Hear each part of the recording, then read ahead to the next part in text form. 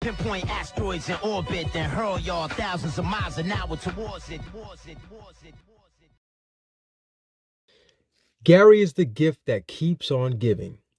From not understanding things, to doubling down on claims that are completely wrong, to deliberately misrepresenting things that Bob the Science Guy, Wolfie6020, Blue Marble Science, and Ruhif have said, there's been no shortage of dishonest tactics coming from this gentleman.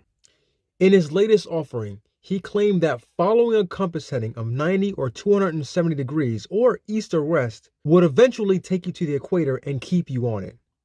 It really pains me to say this, and I'm sure I'll get misrepresented, but I'll give Gary partial credit for this because he's actually correct on one aspect of this. Only one, and here's why. If you start off traveling in one direction on a sphere, you'll end up in the same place you started.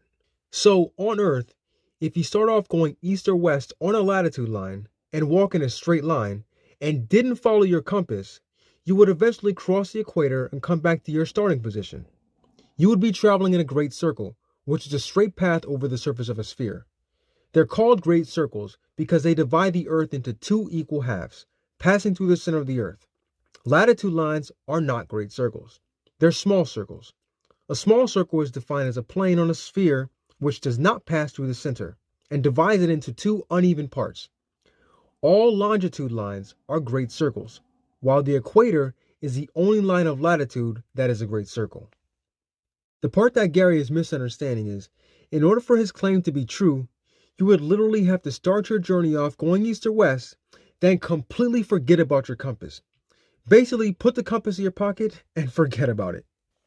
And the part about it keeping you on the equator once you get there is just flat out wrong. Let's put Gary's claim to the test. Here I have the ever reliable and always accurate Google Earth. I'm going to perform two tests, one where I follow the compass and one where I don't.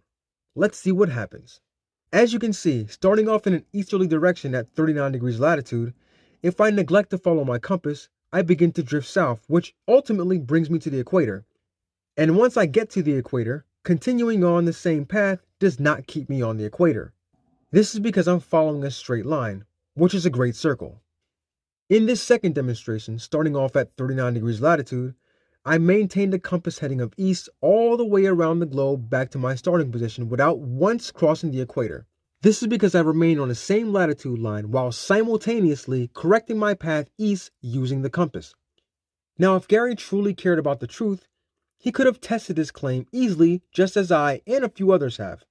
Shout out to Bacon, who also showed Gary that his claim was incorrect. But in the traditional Gary Wybenga way, he doubled down on his original claim and ignored any and every demonstration that clearly proved him to be incorrect.